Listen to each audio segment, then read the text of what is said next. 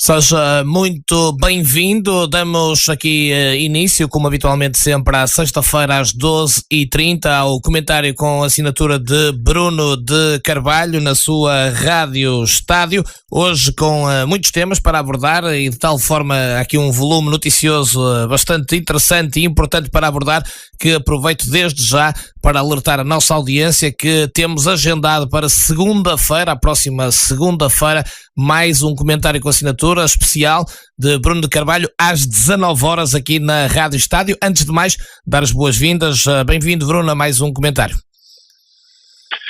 Muito obrigado, Remel, e bem-vindo também de regresso a este espaço. É sempre um prazer, já lhe tinha dito, mas quero dizer aqui em público, bem-vindos também aos nossos ouvintes. Acho que hoje vai ser, de facto, um programa interessante que continuaremos, como disse muito bem, na segunda-feira às 19 horas. Mas para relembrar que na próxima sexta-feira haverá um comentário normal com assinatura, como sempre. Claro que sim, sempre à sexta-feira às 12h30, segunda-feira temos um extra às 19 horas, fica já então este alerta para que esteja connosco e que nos ouça. Vamos então partir para este, porque são muitos temas, e vamos começar pela famosa lista dos juízes, Bruno. Bem, eu ultimamente as pessoas têm falado muito sobre o estado da democracia e o facto de sermos um Estado democrático, situações de medo, de pânico e terror, e eu tenho que dizer que temos que ter medo, muito medo, de facto, muito medo com tudo isto que se vai sabendo. É completamente assustador de saber que anda a circular uma lista que não foi desmentida por ninguém, de 44 juízes que recebiam bilhetes grátis do Benfica. E eu quero relembrar às pessoas que na divulgação dos e-mails que foi pública havia um presidente de Câmara, creio eu, de Paris, se não era assim parecido, que tinha pedido um bilhete ao Benfica e que o Benfica recusou porque não obteria nenhuma vantagem com isso. Portanto, há aqui nitidamente, quando o Benfica, e eu estou a dizer meramente pela leitura desses e-mails e pelo aquilo que tenho o direito de retirar da leitura dos mesmos e de ter a minha opinião, não passa de uma opinião, é isso que eu faço neste meu espaço. Portanto, há aqui, pela leitura daquele e-mail, sempre uma tentativa de qualquer coisa em retorno por parte de dar um bilhete, coisa que, como essa pessoa específica não dava, é o que está escrito no e-mail, como não se vislumbrava nenhum benefício, então a resposta seria negativa. E isto tem que meter medo. Estamos a falar de 44 juízes. Nesses 44 juízes temos, por exemplo, um que, de seu nome, Antero Luís, que é agora membro do atual governo e que, por exemplo, fez parte do coletivo de juízes que determinou a prisão preventiva de Rui Pinto. Na mesma lista existe o próprio Presidente do Supremo Tribunal de Justiça, que também é o Presidente do Conselho Superior de Magistratura, para quem não sabe, é um órgão que castiga ou promove os juízes. Isto é assustador, com tudo aquilo que tem vindo a lume, com tudo aquilo que se tem sabido, não é próprio de um Estado de Direito. É normal que as pessoas cada vez duvidem mais daquilo que é a sua justiça e a organização total deste país. Isto é algo que é muito grave, está a passar pelos pingos da chuva, como é costume, porque provavelmente, se formos ver, provavelmente, digo eu, se fôssemos ver a lista de pessoas ligadas a órgãos de comunicação social, que se calhar em vez de 44 seriam 440 ou mais, isto é uma mera suposição, mas é assustador. E depois existem, por exemplo, juízes que assumem o seu fanatismo pelo Benfica, que pedem escusa para julgar processos, como foi no caso do e-mail, e depois vê-se que essa escusa não é aceita. Portanto, a própria pessoa admite que não tem condições, que não sente condições para julgar um caso, vem o Conselho Superior da Magistratura, creio eu que foi daí, e diz não é aceito, o senhor fica. É assustador. Queria deixar esta nota que quando durante muito tempo, durante 5 anos e meio, eu falei muitas vezes do Benfica e as pessoas diziam que eu tinha uma obsessão pelo Benfica e que falava muito do Benfica. Aliás, até serviu para Luís Filipe Vieira vir dar uma entrevista e dar logo o recado a Frederico Varandas. Bem, quando o outro era eu, quando o outro decidiu ter como alvo o Benfica, caiu. Portanto, se este não entrar por aí, tem muito trabalho de casa, se este não entrar por aí, pode ser que se aguente. Talvez agora as pessoas percebam que a minha obsessão não é pelo Benfica. O Benfica é uma instituição que nós todos temos o dever de respeitar. Temos o dever de respeitar o Benfica, o Sporting, o Porto, o Guimarães, as instituições por natureza, mas quando nós verificamos tudo isto, talvez as pessoas percebam que a minha obsessão era pela luta anticorrupção, pela luta pela verdade esportiva, pela luta por um país isento e que realmente viva num real estado de democracia, que seja um país onde as pessoas possam confiar, não só no futebol, mas eu, para além de presidente, era um cidadão e ia-me apercebendo de tudo o que é que estava à volta do mundo do futebol e à volta, sobretudo, do Benfica. E agora vai-se sabendo as coisas ponto a ponto e eu espero que as pessoas percebam de uma vez por todas que a minha obsessão era por ser contra a corrupção, por ser contra as injustiças, por ser contra o falseamento da verdade esportiva, por ser... Essa era a minha verdadeira luta. E este tipo de situações, eu só posso dizer isto enquanto cidadão, medo, muito medo perante um sistema que realmente, quando alguém apelida de polvo, eu cada vez mais, se eu já tinha essa noção quando estive lá dentro, eu cada vez mais acho que as pessoas vão tendo a noção e vão-se apercebendo o quão dolorosa e ingrata foi a minha luta durante 5 anos e meio. Bruno, então sem demoras, vamos então avançar para o segundo tema, mega inquéritos. Era isto que eu queria falar como segundo tema de hoje.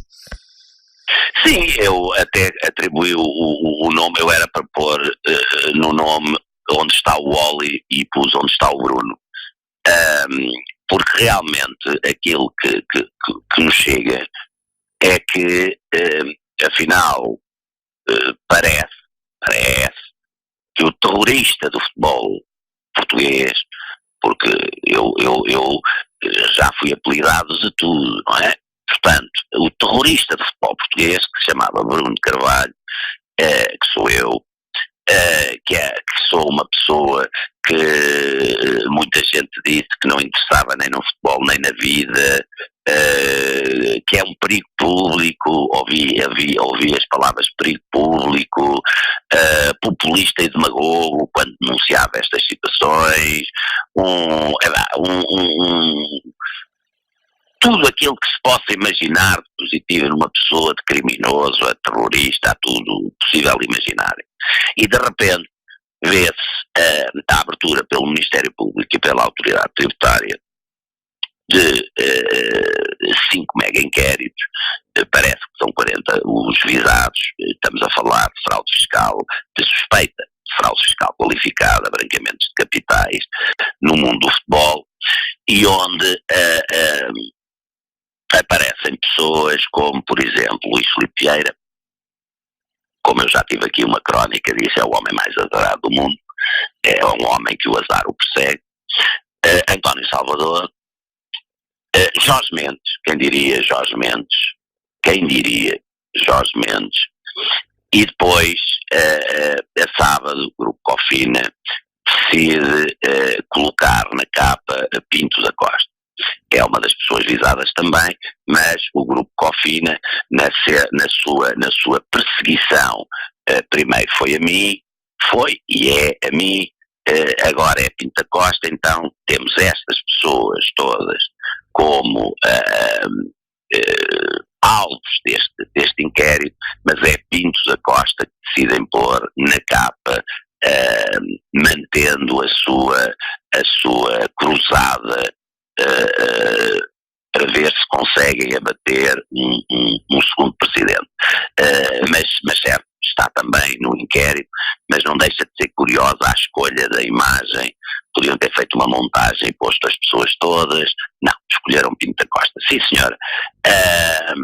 Isto é mais, cola-se com o assunto, com o primeiro assunto, e para dizer que realmente foi, vou repetir, doloroso e ingrato toda a luta e tudo aquilo que fiz, e acabei na situação que todos sabemos, porque afinal falava demais e escrevia post demais.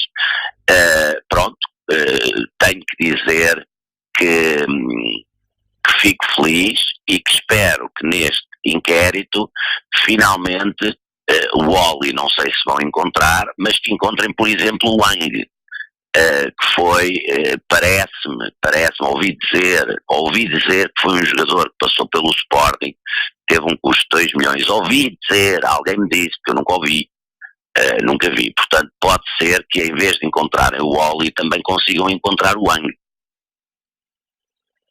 Muito bem, Bruno, vamos agora, depois deste segundo tema, para o terceiro, que é algo que está muito em voga no futebol português, nem sempre pelos bons motivos, mas há as tochas boas e as tochas más.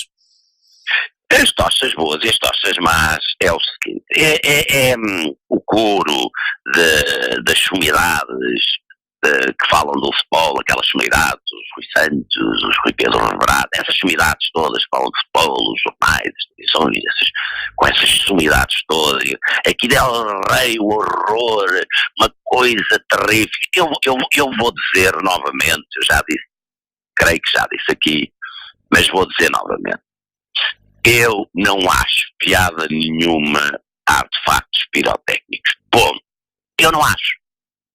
Nenhuma. Mas realmente é engraçado ver como valoriza as coisas mediante as narrativas que as pessoas querem fazer. Portanto, sempre que uma tocha é aberta, lançada no estádio da Alvalade, aqui Del Rey, soam os sinos, vem logo o Presidente da Liga e o Presidente da República e o Presidente da Assembleia da República e vem Varandas e vem o mundo inteiro, e depois somos brindados com esta nota do jornal Record, creio que no dia 21 de janeiro ou 27 de janeiro deste ano. Tochas animaram festejos dos gols, é o título. Os festejos dos gols benfiquistas foram muito celebrados nas bancadas, incluindo as tochas vermelhas, que deram um colorido especial na bancada sul. Portanto, fiquemos com a noção que as pessoas são umas hipócritas e que há tochas boas e tochas más. As más são as do Sporting, as boas, pasme-se, como é óbvio, são as do Benfica. Bruno, vamos a outro tema que já abordou várias vezes aqui no seu comentário, ou pelo menos a pessoa que está aqui centrada neste tema, o William Carvalho. O William Carvalho tem um depoimento de veras interessante. William Carvalho percebi pelo depoimento dele que o homem é um bocado esquecido, mas que é um relógio ambulante. Portanto, vamos ver. Então diga lá, Sr. William Carvalho esteve lá fora a falar com Fernando Mendes e com Elton Camará. Então, e falaram de quê? Não me lembro. Então, mas disse-lhes alguma coisa? É normal perguntar-lhes alguma coisa? Coisas normais, como por exemplo, o que é que se passou, o que é que não se passou. Não me lembro. Então, e quando o Jorge Jesus e as pessoas que lá estavam foram embora, ficou ali a falar com eles. Há para aí um minuto, mas não me lembro o que é que disse. Sim, senhora. Então, e diga-me lá, então, e falou com alguém dos arguidos? Não. Então, mas espera lá. Vou-lhe ler aqui no apenso. O seu número de telefone, diga lá os seus últimos 2 dígitos. Já nem me lembro o que é que ele disse. Não sou tão bom em números como ele. Sim, senhor. Então o senhor ligou às 18 e não sei o quê, e às 20 e não sei o quê, para Elton Camará. Pois. Então e o que é que o senhor queria do senhor Elton Camará, que não atendeu? Não me lembro. Não se lembra, então, mas queria o quê? Possivelmente perguntar o que é que se tinha passado. Então aí falou com mais alguém? Não me lembro. Então, mas espera lá, mas não ligou também a Nuno Mendes? Não falou com sim senhora, falei com ele, assim muito rapidinho, sei lá, uns 30 segundos, 1 minuto. Excelente, excelente no timing, fabuloso, que eu tinha visto, parece um cronómetro. Não me lembro, então o que é que se passou? Liguei, perguntei, então o que é que aconteceu? Então o que é que a pessoa lhe disse? O que é que se passa? Então e foi só isso? Foi? Então e diga lá, você na reunião, dia 14, acusou o Presidente de alguma coisa? Acusei o Presidente, não me lembro. Então você não acusou o Presidente de ter mandado bater e partir os carros? Sim, acusei. Então, e acusou porquê? Porque o Nuno Mendes ligou-me, então, e quando é que foi isso? Foi 2, 3 meses antes desse dia, 2, 3 meses, lá está, ótimo em tempos e datas. Então, e como é que foi esse telefonema? Então ele ligou e disse-me, William, o Presidente mandou partir os carros, bater nos jogadores. Então, e a conversa foi só isso? Foi. Então, e é normal essas conversas, quer dizer, a pessoa liga-lhe e disse isso, não houve nenhum enquadramento, não houve nada. Não, disse-me só isto. Então e o senhor já era capitão na altura? Sim. Então e o que é que o senhor fez? Eu não fiz nada. Então, mas não avisou a segurança, não avisou os colegas, não avisou... não, eu não avisei ninguém. Então, e esse telefonema, foi assim muito curto, mas coisa muito curto e tal. Então, depois o que é que aconteceu? Depois o Presidente, quando eu lhe disse isto, saiu da sala durante 1 ou 2 minutos, fabuloso, lá está. O homem não sabe nada, mas é fabuloso no estádio. Saiu da sala 1 ou 2 minutos, depois entrou com o Nuno Mendes em voz alta, que desmentiu o ataque. Ou o pedido. Então, e o senhor não teve interesse em indagar, já que estavam em voz alta, o Nuno Mendes, como é que era possível ter-lhe dito assim, que o Presidente tinha dito para partir os carros e tal, e não tive. Então, e porquê? Porque não liguei nenhuma, assim como não liguei nenhuma ao primeiro telefonema.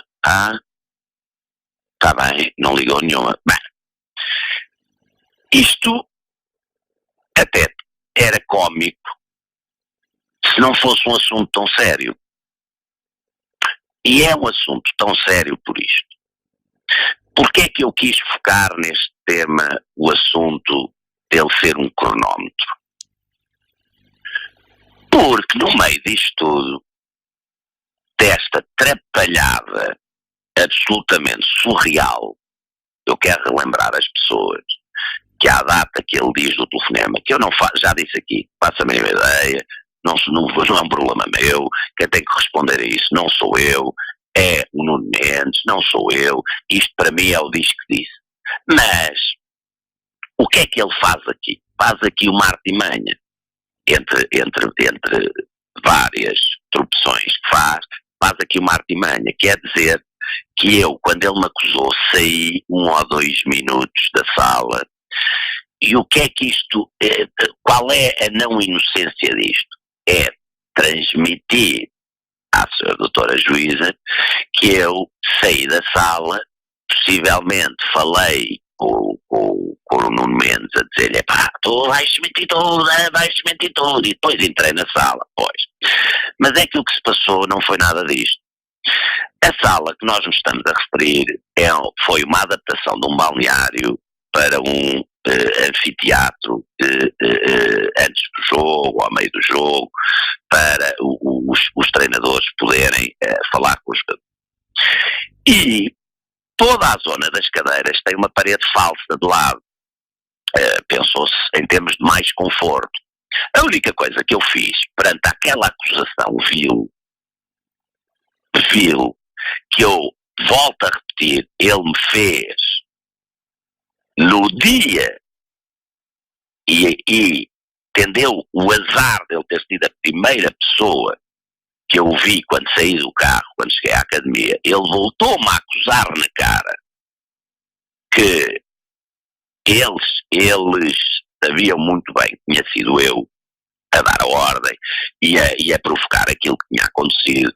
Portanto, creio que ele se esqueceu desta segunda parte e fica sem explicação esta segunda parte.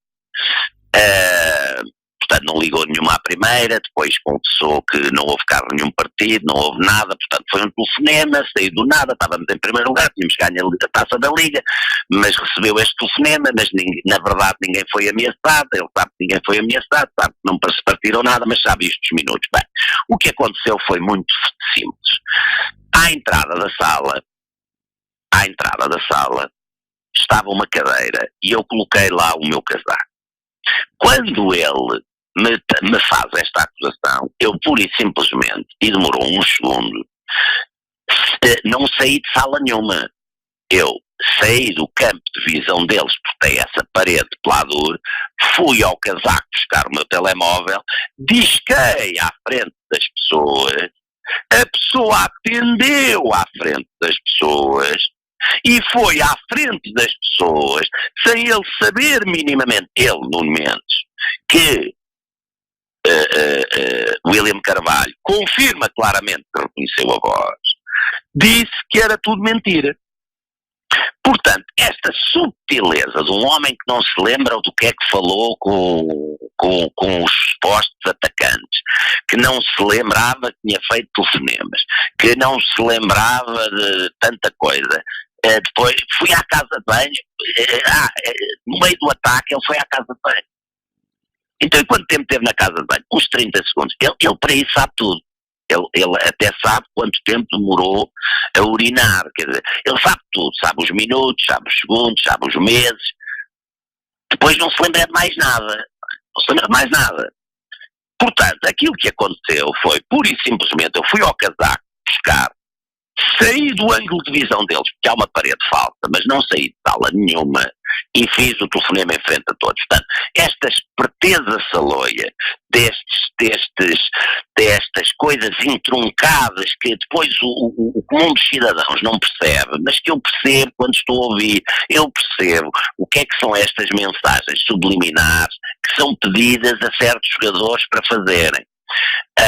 Portanto, fica aqui primeiro relatado em primeira mão o que é que aconteceu. Portanto, eu volto a dizer, para mim enquanto pessoa e enquanto arguido neste caso foi muito importante ele ter confirmado que me acusou, porque isso, mais a má criação, que ele confirmou também, depois mentindo, porque confirmou que eu estava zangado com o Rui Patrício, porque o Rui Patrício insistia em tratar-me por você e eu dizia-lhe, trata-me por presidente.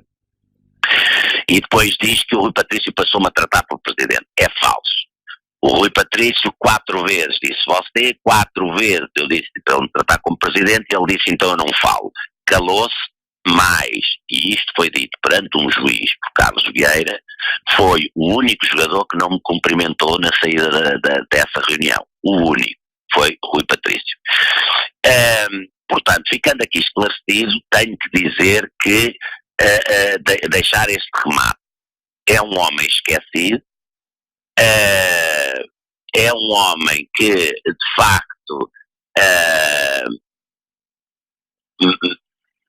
soube bem usar esta prerrogativa das pessoas que não me lembro, e depois o que dava jeito e eu não me lembro, e que é um verdadeiro cronómetro, porque aí ele não falhou em pergunta nenhuma, inclusivamente quanto tempo ele demorou a urinar. Fiquei esclarecido sobre as capacidades tremendas de William Carvalho em ser um cronómetro humano, apesar de que sofre de uma forte dose de amnésia. É isto que eu quero dizer sobre pelo menos para já, sobre o depoimento de William Carvalho. Muito bem, vamos agora falar de outra figura também que esteve consigo no Sporting, André Geraldo. É uma figura, é de facto uma figura. Para mim, eu considero uma das figuras. Portanto, eu escrevi no tema que é de vendedor de cartões de créditos a doutorado em psicologia. O que é que eu achei engraçado e porque é que eu dei este título? Bem, eu quando contrato o André Geraldo, eu não conhecia o André Geraldo de lado nenhum, foi um amigo comum, Jaime Catão, que me convidou, não é uma pessoa conhecida de ninguém, não é uma pessoa do mundo do futebol, é apenas um sportinguista.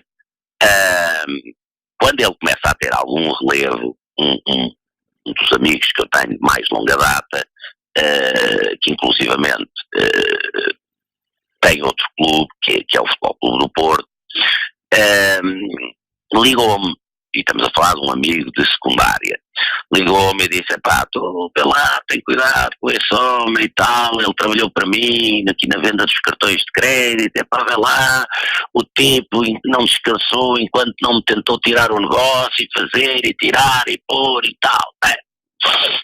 Eu disse, meu amigo, mas toda a gente tem o direito de mudar e tal, toda a gente tem. Aqui parece um esforçado, trabalhador e tal. Está bem, fica só o aviso e tal. Fica com este aviso, Bruno, já nos conhecemos há muitos anos, não queria deixar-te avisar. Está bem, fiquei com o aviso e tal. E a coisa lá seguiu, não é? Depois um dia veio o Vasco Santos falar comigo e disse, devíamos ver a situação aqui do André Geraldo, que ele, coitado, não tem dinheiro, tem problemas, que ele compra e vende casa, o que é, a coisa não corre bem, ele está mal na vida e tal, devíamos ver, ele tem sido um bom ola, e devíamos realmente, eu vejo-lhe capacidade, e devíamos dar uma oportunidade. É quando eu começo a falar mais com o André Geraldo, o homem sempre com uma iniciativa grande, isso é verdade, um homem cheio de iniciativa e tal. Portanto, ele teve este percurso, depois Dola passa para team manager, porque ele realmente organizava as coisas, dava-me dossiês e tal, e coisas. Bem, o que é que eu me apercebi no julgamento? É que ele, entretanto, tirou um doutoramento de psicologia, porque o homem só queria falar do meu estado de instabilidade. O meu estado de instabilidade. Portanto, passando uma imagem dentro daquela narrativa que foi criada e já se percebeu, inventada, a fábula que foi inventada e que houve pessoas que ajudaram nessa fábula. e que André Geraldes foi uma delas, como é óbvio. O que é que eu não ouvi neste depoimento desta pessoa que, pelos vistos, deve ter estado a tirar um doutoramento em psicologia, agora que está em Faro? Não ouvi, por exemplo, ele explicar a teoria da PISA. Eu vou relembrar às pessoas o que é a teoria da PISA. André Geraldes um dia dá uma entrevista e diz que se sentiu altamente amedrontado, não sei se foi esta a palavra, por mim, porque supostamente isto há de fazer rir umas pessoas, há de fazer chorar outras, mas porque lhe mandei entregar uma pizza em casa. Supostamente mandei-lhe entregar uma pizza em casa e ele tem a certeza absoluta, analítica e sintética, porque o meu nome até estava na fatura. Por acaso era uma coisa que ele devia ter entregue, era essa fatura como prova da entrega da pizza. Mas eu dei-me ao trabalho e fui ao Google. Eu fui ao Google e fui pesquisar dentro do manual de terrorismo a graduação das pizzas. O Remo sabia que havia graduação de pizzas no terrorismo? Não sabia, não. Não sabia, mas cá estou eu para nos comentários com assinatura contribuir para a cultura geral. Então versa assim o manual do terrorismo. Pizza Margarita. Ele não disse qual foi a pizza. Mas pizza Margarita é considerado terrorismo amador.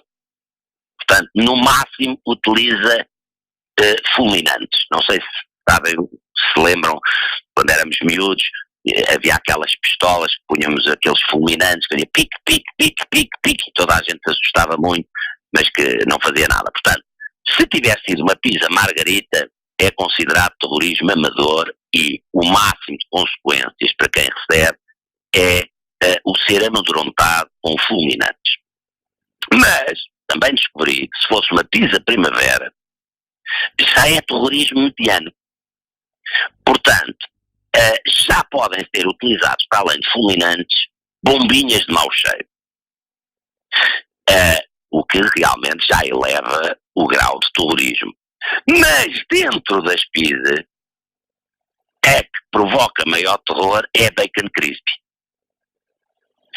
A Bacon Crispy porquê? Porque além dos fulminantes e para além das bombinhas de mau cheiro, e agora eu sei que muita gente vai ficar aterrorizado, mas eu tenho que dizer o que é que está no manual do terrorista que utiliza pizza, pode envolver confetes e serpentinas. Não. E realmente fiquei na dúvida qual era a pizza para poder daqui retirar, dentro do manual do terrorismo da pizza, qual é que era o grau do terrorismo evidenciado pela pizza que ele recebeu. Mas também, atenção, porque há uma nota, e eu espero que toda a gente fique alerta. Se um dia receberem caviar de esturjão e uma garrafa de Dom Perignon, cuidado, porque é loucura. Porque para além de fulminantes, bombinhas de maus cheiros, confetes e serpentinas, podem ser usados balões de água. Cuidado. Portanto, ficou, em primeiro lugar, eu fiquei, acabei por ficar curioso e com água na boca, falando de pizzas, para entender qual foi o grau de terrorismo da suposta pizza que perante o manual de terrorismo no capítulo pizzas. A segunda coisa que eu não ouvi neste depoimento foi André Geraldes dizer às pessoas que houve um jogo no Sporting que ficou combinado entre o Departamento de Futebol e a Fundação Sporting a fazer-se uma ação de solidariedade. E para essa ação de solidariedade ficou combinado com os jogadores, antes da fotografia de todo o plantel, a fotografia inicial do jogo, eles todos faziam um coração, tirava-se essa fotografia era utilizada pela Fundação Sporting e depois tirava-se a fotografia normal. E o que não foi dito é que quando não foi feito, porque não foi feito, não foi tirada essa fotografia, eu falei com o André Geraldes e André Geraldes disse-me taxativamente que foi por decisão do jogador que esse gesto não foi feito. Eu acreditei no André Geraldes. E a verdade é que, perante uma desobediência, na altura foi colocado um processo aos jogadores. Neste momento, coloco as minhas dúvidas se alguma vez André Geraldes sequer lhes falou na ação. Muito bem, Bruno. Vamos... Não, mas espera. Sim. Espera. Também não ouvi no depoimento de André Geraldes que ele um dia me telefonou e me disse que numa reunião onde estavam presentes, e só me lembro destes três, para além dele, onde estariam presentes ele, Rui Patrício, Bas Dost e Jorge Jesus, que Rui Patrício, sobretudo Rui Patrício, me tinha chamado nomes. E que o Jorge Jesus não tinha apoiado e que o próprio Bas Dost tinha sido desagradável. Mais uma vez eu acreditei. Mas dessa vez já acreditei, é verdade, agi em conformidade daquilo, por ter acreditado no que me foi dito, e exigi uma reunião com as mesmas pessoas, estando lá eu e estando todas as pessoas para serem confrontadas. E qual não foi o meu espanto? Quando começa a dizer ao Rui Patrício, então, mas o que é que... Diga lá agora a mim, aquilo que disse. Ele, mas ó, Presidente, mas eu disse o quê? Então, está aqui o André Geraldes. O André Geraldes disse-me que você disse isto. Eu não disse nada disso. O André. E o André mudo. O Bas Dost. O André disse-me que você disse isto. Eu não disse nada disso, André. O André mudo. Jorge, isto. E o André mudo. Bem, a partir daí eu percebi. Porque quando uma pessoa me transmitia informações e depois eu punha as pessoas cara a cara e a pessoa pura e simplesmente não abria a boca, para mim queria dizer tudo. Para uma pessoa que tentou passar uma imagem que eu e estamos a falar sempre daquela tal altura em que as pessoas dizem que eu estava maluco e doido e drogado e bêbado e terrorista e tudo isso. Para uma pessoa que faz coisas destas e que potenciou este tipo de situações, não me parece seja muito lógico que venha falar em questões psicológicas ou de instabilidade quando aconteceram destas coisas que ele não se lembrou de dizer em tribunal. Mas também há uma coisa que ele não se lembrou de dizer em tribunal e que eu não tenho problema nenhum em tê-lo. É que durante aquele fatídico momento em que nós não nos podemos esquecer como é que isto tudo começa. Isto tudo começa com um ataque à academia, uma notícia sobre o cashball, André Geraldes detido para interrogatório, e depois havia, e eu direi o nome da pessoa no sítio certo e no momento exato que eu achar, havia uma pessoa que dizia ser o advogado de André Geraldes, que diariamente quase me levava papéis vindos do André Geraldes. Portanto, eu li uma notícia na altura que sai dessa entrevista de André Geraldes que eu teria utilizado métodos inovadores e tal, como seria a PISA e depois um suposto cinema anónimo, que se amedrontaram muito André Geraldes. Mas, na realidade, e essa pessoa existe, havia uma pessoa que todos os dias me vinha trazer um papelinho e que me dizia que o André Geraldo estava a tomar comprimidos e que estava completamente deslocado e que estava completamente instável e que estava Bem, tudo aquilo que ele me quis atribuir a mim em tribunal. Portanto, essa pessoa não desapareceu, essa pessoa existe, a pessoa que era a transportadora dos papelinhos.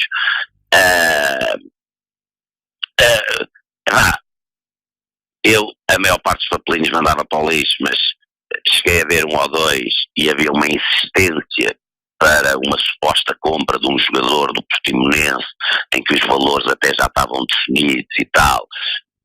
Não percebi nada daquilo, não era um jogador que interessasse, ele não tinha poder absolutamente nenhum para definir absolutamente nada, portanto não percebi nada. Eu a mim chateia-me que as pessoas se tenham dado ao luxo trazer uma narrativa à público desde há 2 anos e tenham contribuído para uma narrativa de calúnia, de difamação, de vexame, onde curiosamente André Geraldo é uma peça, como você chamou, é uma figura, creio que foi isso o nome que o Remmel disse, é uma figura onde o mais engraçado, que não tem graça nenhuma, é que isto, entre aspas, estou a falar em termos absolutos, em termos de tudo aquilo que se passou. Começa com André Geraldo detido e acaba com o presidente dele detido e o subordinado dele preso.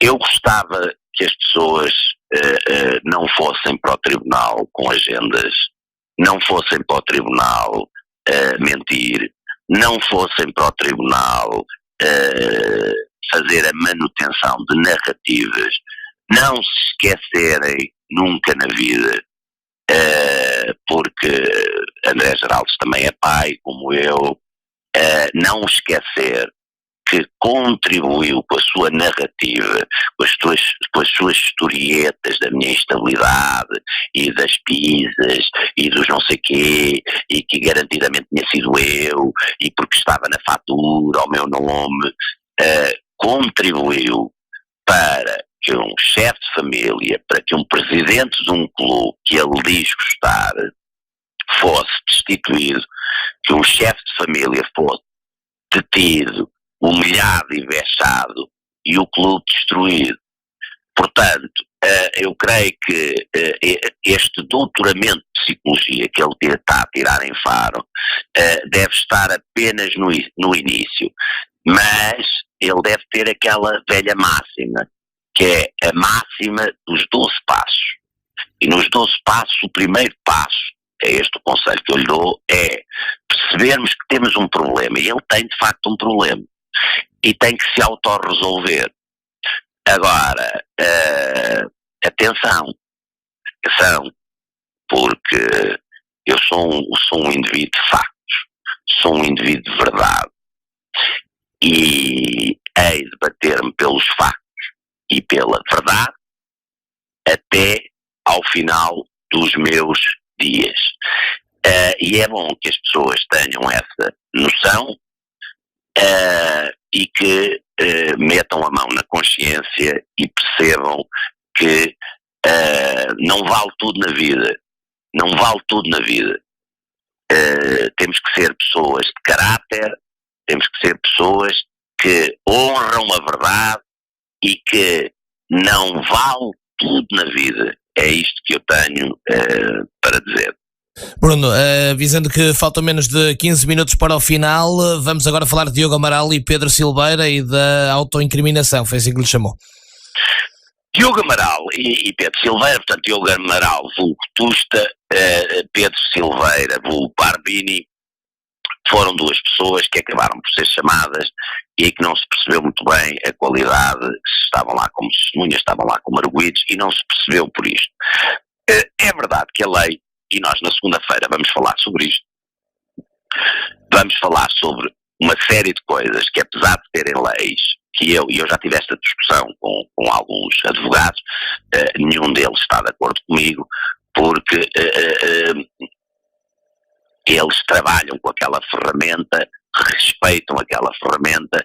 Eu não trabalho com a ferramenta, eu sofro com a ferramenta, sou cidadão, e na segunda-feira também vamos falar sobre aquilo que eu considero que são aberrações na lei e aberrações no processo penal. Apesar de serem leis, não deixam de ser para mim aberrações, e vou explicar isto. Penso que é muito interessante e importante nós percebermos, porque pode afetar cada um dos portugueses.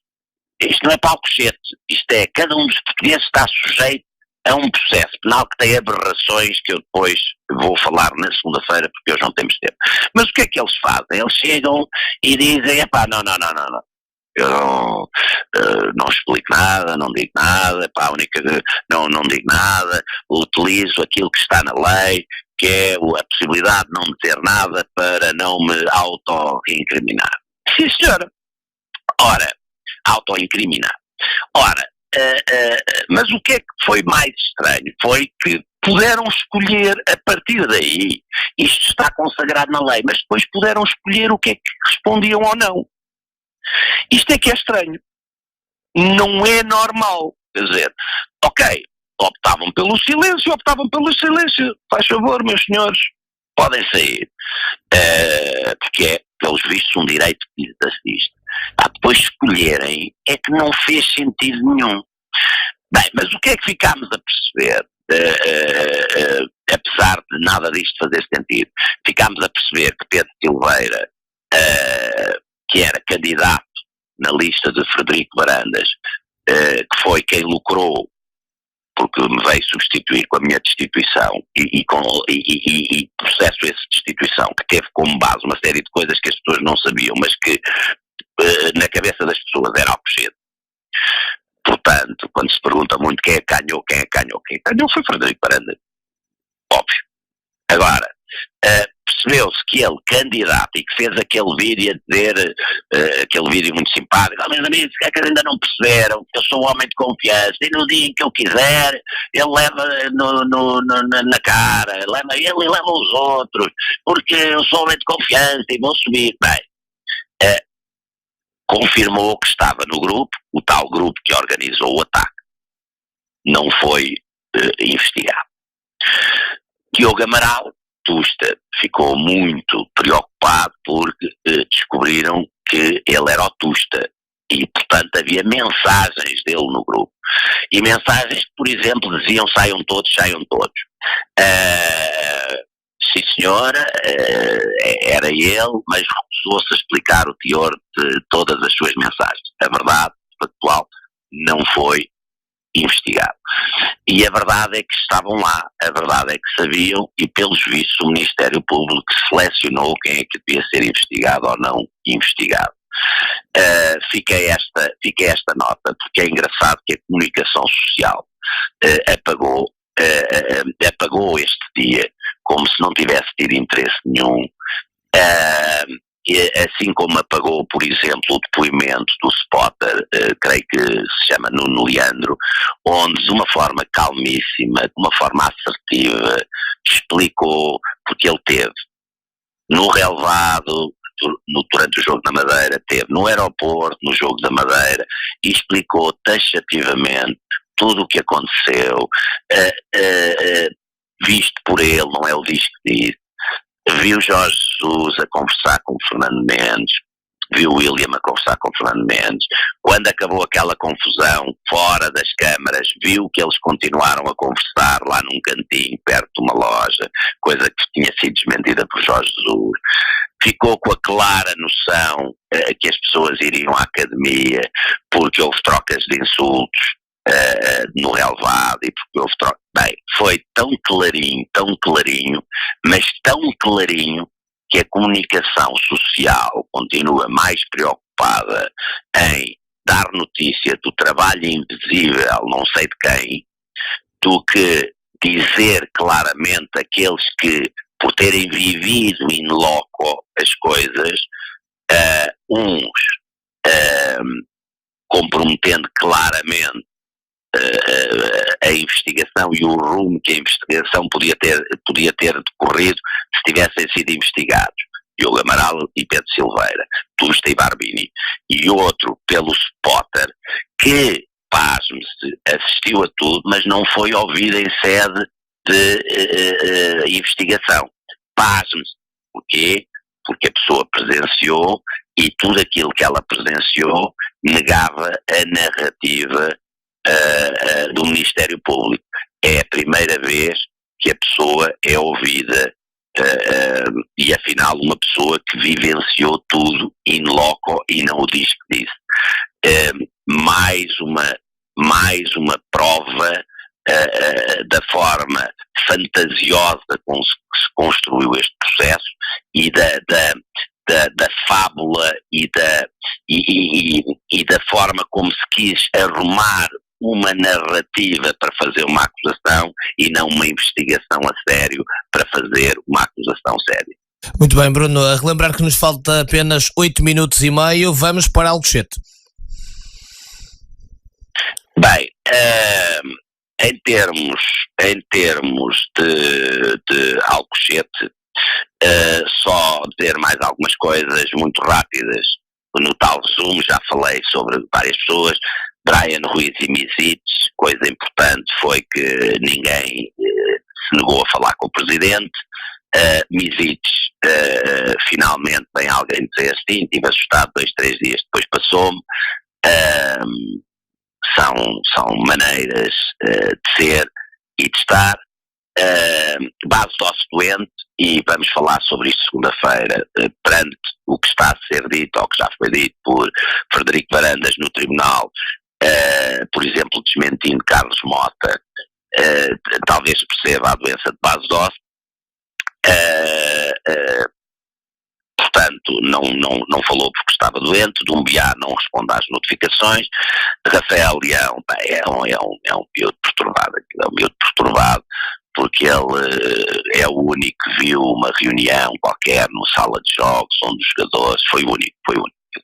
Não viu mais ninguém, não viu os capitães, não viu absolutamente mais ninguém, foi o único que viu uma reunião onde todos decidiram que não falavam com ele, foi o único.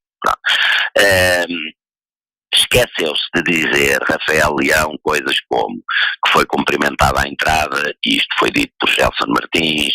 Esqueceu-se de dizer que depois do ataque trocou mensagens comigo, perfeitamente normais. Esqueceu-se de uma série de coisas, Rafael Leão, mas pronto, foi o único que viu não sei o quê, e de uma suposta reunião na sala de jogos que toda a gente desmente, menos eles. Dizer também, dar esta curiosidade, que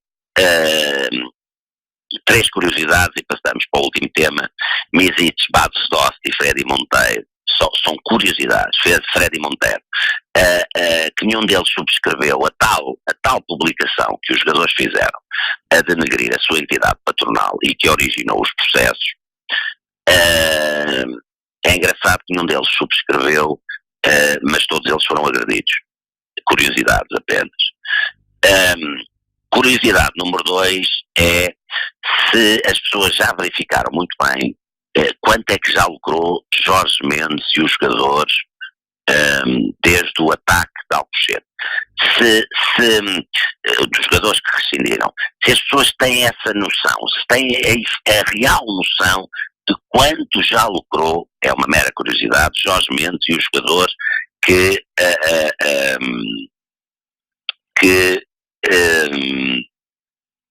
rescindiram.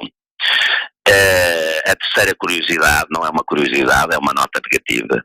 Gelson Martins acaba por rescindir do Sporting por casos de agressão em Alcochete e está às mãos com um castigo que pode chegar aos 8 meses por ter empurrado, agredido o árbitro num jogo por 2 vezes. Não deixa de ser uma curiosidade, mas sobretudo uma nota negativa. Queria acrescentar, antes de passarmos, independentemente temos 1 ou 2 minutos só, para dizer o seguinte: os famosos 2 prémios de 500 mil euros para ganhar ao Marítimo, para ganhar ao Benfica e para ganhar ao Marítimo. Eram 2 prémios. Isto para juntar a uma coisa que eu não ouvi também, de André Geraldes, mas que ouvi de William Carvalho. Só quero relembrar às pessoas, ou dizer às pessoas, que pedi ao team manager da altura, André Geraldes, para transmitir a todos os jogadores, que haveria um prémio de 500 mil euros para a equipa se ganhássemos ao Benfica e um prémio de 500 mil euros para a equipa de o Marítimo, se ganhássemos ao Marítimo.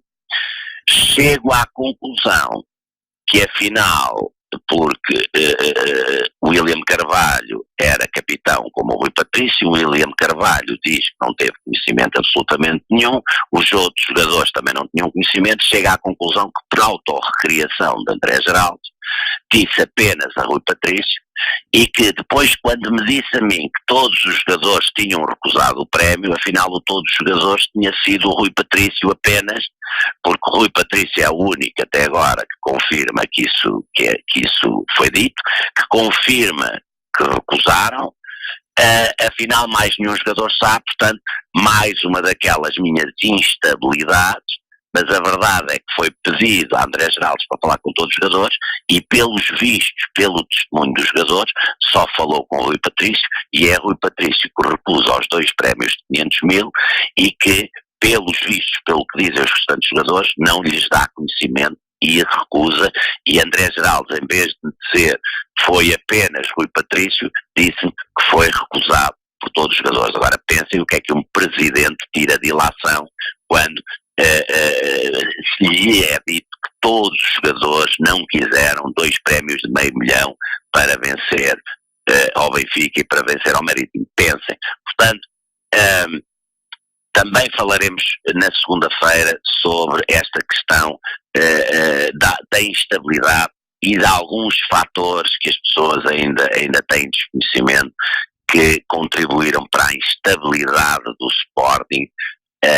e para esta narrativa à volta de uma minha instabilidade que se calhar as pessoas vão compreender um bocadinho melhor na segunda-feira. Muito bem, na segunda-feira às 19h e vamos falar mais de Alcochete e do testemunho hoje de Frederico Varandas. Temos 2 minutos e meio para falar da entrevista precisamente de Frederico Varandas. Sim senhora, vamos então em 2 minutos e meio ter o seguinte. Aquilo que eu vi é o nome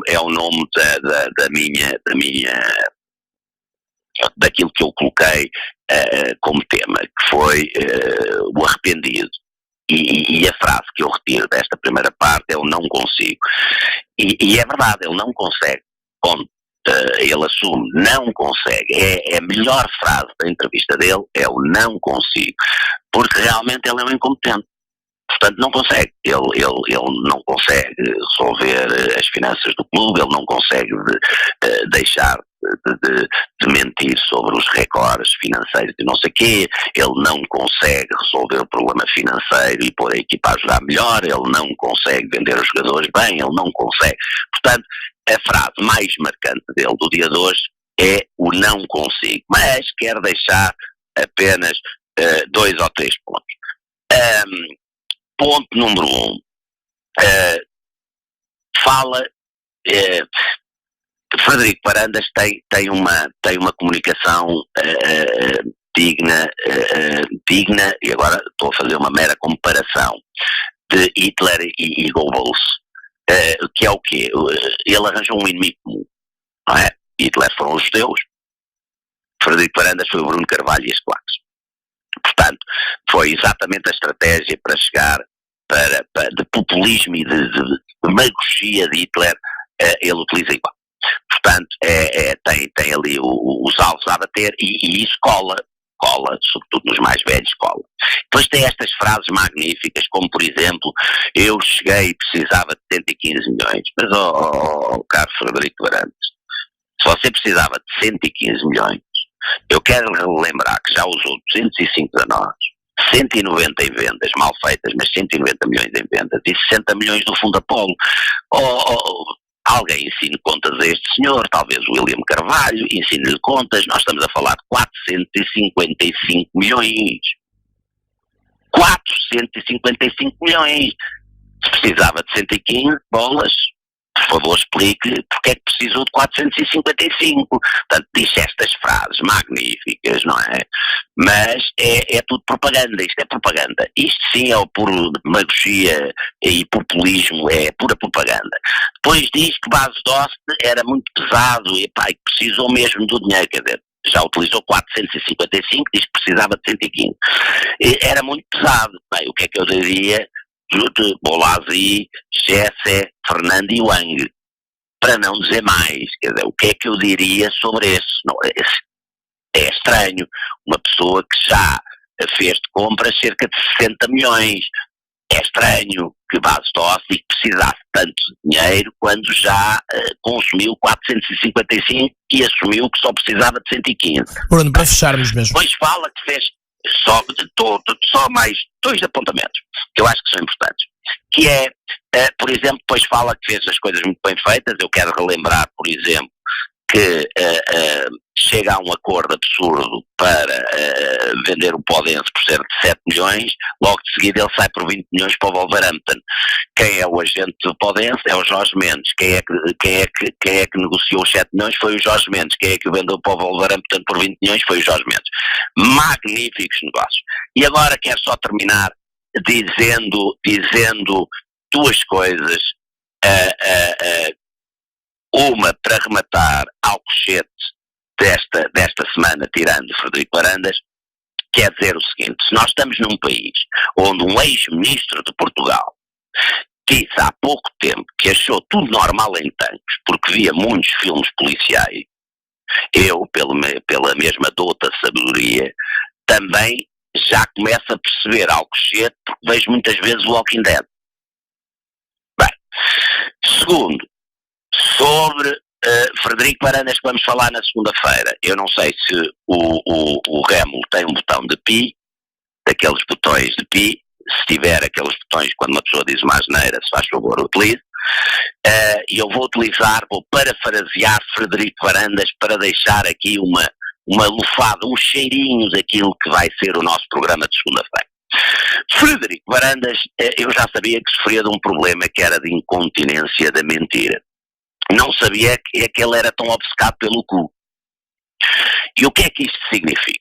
Significa que o homem, na reunião de dia 14, aquilo parecia um sininho, porque diz Frederico Varandas. E o presidente virou-se e disse: estou farto que me metam o dedo no cu.